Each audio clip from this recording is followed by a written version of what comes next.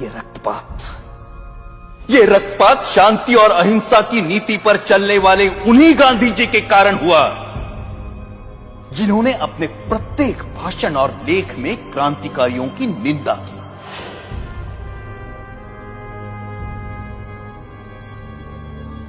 जब गांधी जी के प्रचंड विरोध के बावजूद भी मार्च 1931 के वार्षिक अधिवेशन में कांग्रेस ने भगत सिंह के साहस की प्रशंसा में प्रस्ताव पारित किया, तब गांधी जी अपनी इस पराजय को नहीं भूले और कुछ महीने भीतर जब मुंबई के गवर्नर पर गोली चली तो गांधी जी ने उसका कारण भगत सिंह की प्रशंसा में पारित इस प्रस्ताव को ही बताया। सुभाष चंद्र बोस ने गांधी जी के इस कथन का विरोध किया। परिणाम स्वरूप गांधी जी सुभाष बोस को भी अपना शत्रु समझने लगे। Our struggle is no doubt a non-violent struggle, but even a non-violent struggle demands an army, an organization, and a machinery. और उनका कांग्रेस अध्यक्ष चुने जाने पर गांधी जी ने कहा कि सुभाष की जीत गांधी की हार है। जब तक उन्हें कांग्रेस अध्यक्ष की गद्दी से नहीं उतारा गया तब तक उनका क्रोध शांत नहीं हुआ। जो लोग कहते हैं कि मात्र गांधी जी के परिश्रम से हमें आजादी मिली, वो एक झूठा इतिहास लिखना चाहते हैं। जब तक देशभक्त क्रांतिकारियों के बलिदान को अंधेरे में रखा जाएगा तब तक हमारी आने वाली पीढ़ियां इतिहास के सवेरे से वंचित रहेंगी। Order order.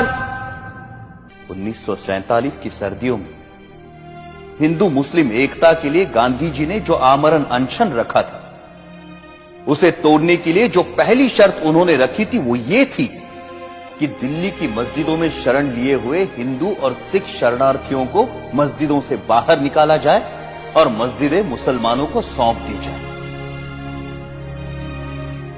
सरकार गांधी के अनशन के सामने घुटने टेकने पर मजबूर हुई और जिस दिन गांधी जी ने अनशन तोड़ा उस दिन वर्षा भी हो रही थी।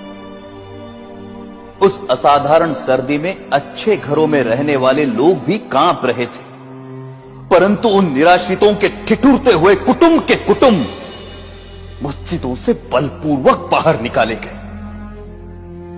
जिस दिन यह घटना घटी संयोगवश मैं दिल्ली में ही था।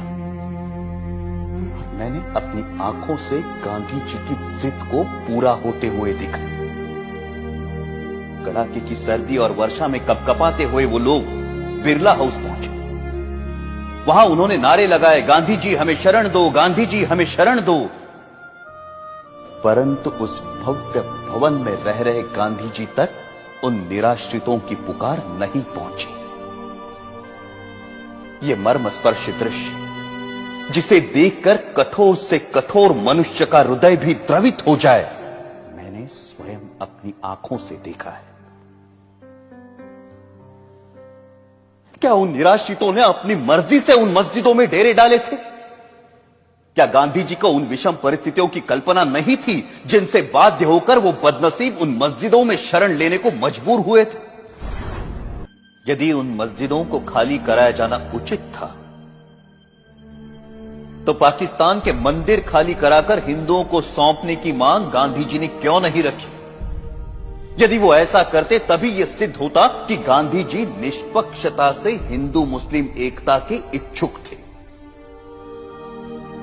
परंतु गांधी जी ने पाकिस्तान और वहां के मुसलमानों के सामने अपना अनशन खोलने के लिए एक भी शर्त नहीं रखी, क्योंकि अपने अनुभव से उन्हें मालूम था कि उनके अनशन का जिन्ना और उनके अनुयायियों पर कोई असर नहीं पड़ता।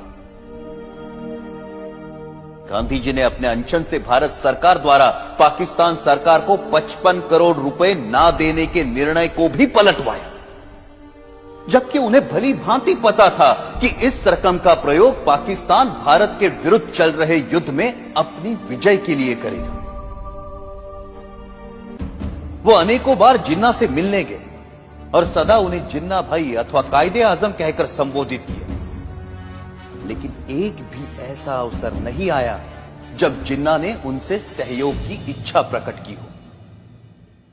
गांधी जी की जिस आध्यात्मिक शक्ति और अहिंसा की महिमा का सब जय जयकार करते हैं, वो जिन्ना की दृढ़ता के सामने नपुंसक सिद्ध हुई। जब गांधी जी को यह दिखाई दे चुका था कि वो अपनी आध्यात्मिक शक्ति से जिन्ना को प्रभावित नहीं कर सकते, तो उन्हें अपनी नीति का पुनर्मूल्यांकन करते हुए किसी दूसरे नेता को जिन्ना और मुस्लिम लीग से निपटने का कार्य सौंप देना चाहिए था। परंतु व्यक्तिगत महत्वाकांक्षा राष्ट्रहित पर इतनी भारी पड़ी कि राष्ट्र के दो टुकड़े हो गए।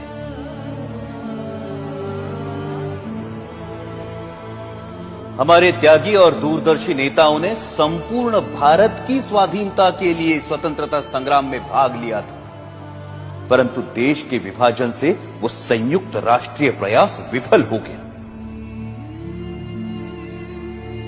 जिन देशभक्त क्रांतिकारियों ने हंसते हंसते फांसी के फंदों को गले से लगाया था, आजीवन कारावास अथवा देश से निर्वासित होने की यातनाएं भोगी थी, क्या उन्होंने इसी विभाजित देश के लिए अपने जीवन दांव पर लगाए थे? 14 अगस्त 1947 को छलपूर्वक भारत के विभाजन को स्वीकार कर लिया गया और पंजाब, बंगाल और सीमा प्रांत के हिंदुओं के भविष्य की किसी ने कोई चिंता नहीं की।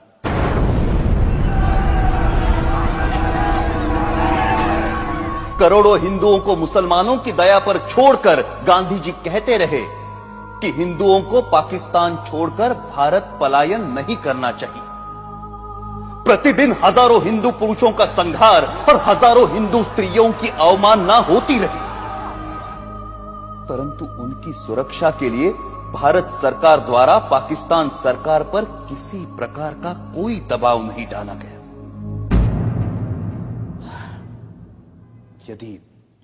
यदि समाचार पत्र पाकिस्तान में हिंदुओं पर हो रहे अत्याचार के संबंध में कुछ लिख देते तो उसका अर्थ यह लिया जाता है कि समाचार पत्र हिंदू और मुसलमानों में मतभेद फैलाने का काम कर रहे हैं और उन पर प्रेस इमरजेंसी एक्ट की धाराएं लागू कर दी जाती। पाकिस्तान में हिंदुओं पर हो रहे अत्याचारों के विषय में गांधी जी ने कभी एक शब्द भी नहीं कहा।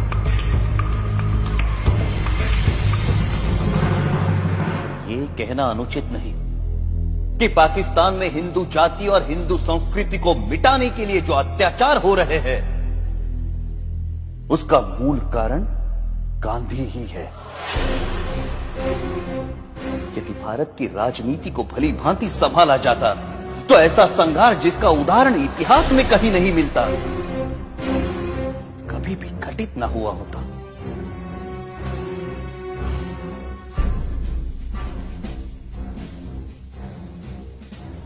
गांधी जी सदा सत्य और अहिंसा के नारे लगवाते रहे। कोई भी समझदार व्यक्ति इन नारों को बुरा नहीं कह सकता, परंतु यह आशा करना कि जीवन सदैव ऐसे उच्च आदर्शों के अनुसार चलेगा एक दिवा स्वप्न है। वास्तव मुझे स्पष्ट दिखाई देता था कि यदि मैंने गांधी जी का वध किया, मैं जड़ मूल से नष्ट कर दिया जाऊंगा। लोग मुझसे घृणा करेंगे और जो सम्मान मुझे प्राणों से भी प्रिय है वो नष्ट हो जाएगा। मैं अवश्य मरूंगा, परंतु देश अमर होगा। मुझे स्पष्ट दिखाई देता था कि यदि मैंने गांधी जी का वध किया, मैं जड़ मूल से नष्ट कर दिया जाऊंगा। लोग मुझसे घृणा करेंगे और जो सम्मान मुझे प्राणों से भी प्रिय है वो नष्ट हो जाएगा। परंतु मुझे यह भी दिखाई देता था कि भारत की राजनीति से गांधी जी के प्रस्थान से ही भारत का भाग्योदय होगा और देश एक महाशक्ति बनकर उभरेगा। मैं अवश्य मरूंगा, परंतु देश अमर होगा। मुझे गालियां मिलेंगी, परंतु विश्व में भारत का नाम होगा। और यही सोचकर मैंने गांधी जी का वध करने का निर्णय लिया और अपना यह निर्णय किसी को नहीं बताया। अंततः 30 जनवरी 1948 को मुझे मेरा निर्णय साकार करने में सफलता मिली। यदि देशभक्ति पाप है तो मैं मानता हूं मैं पापी हूं, और यदि देशभक्ति प्रशंसनीय है तो मैं स्वयं को उस प्रशंसा का अधिकारी मानता हूं।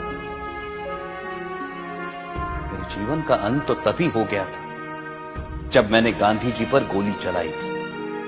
उसके पश्चात तो मैं एक अनासक जीवन बिता रहा हूं, और मुझे अपने कृत्य पर कोई पश्चाताप नहीं है। गांधी जी ने इस देश के प्रति जो योगदान दिया है उसके लिए मैं उनका आदर करता हूं, और इसीलिए उन पर गोली चलाने से पहले मैं उनके सामने नतमस्तक हुआ था।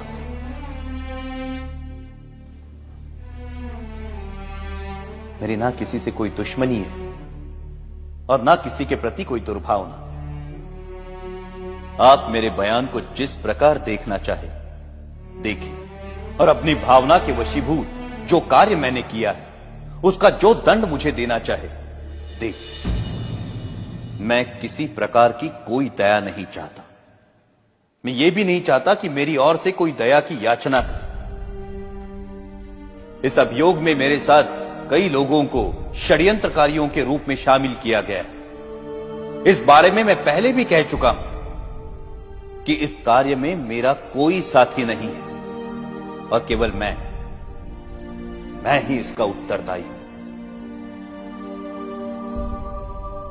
अंत में मैं ये कहना चाहता हूं कि जो वक्तव्य मैंने दिया है वो सत्य और शुद्ध है।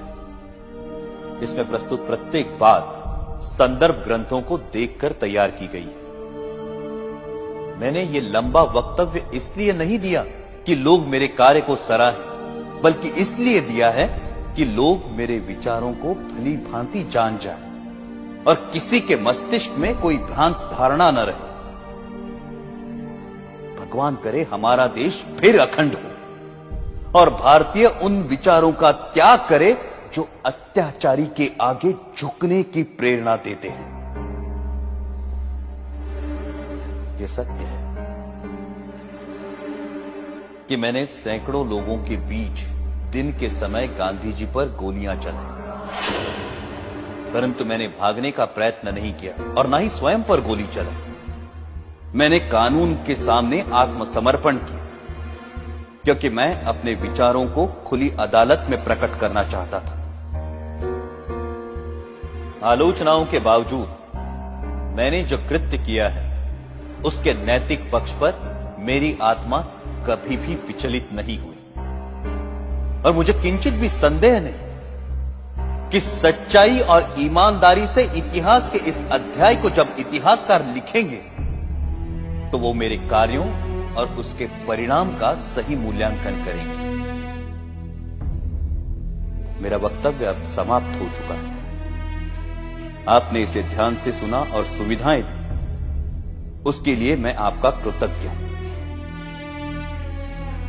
जिन्होंने मुझे इस अभियोग में कानूनी सहायता दी और इस अभियोग से संबंधित पुलिस अफसरों का भी मैं कृतज्ञ हूं। जेल के अफसरों को भी सद्व्यवहार के लिए धन्यवाद। अखंड भारत अमर रहे।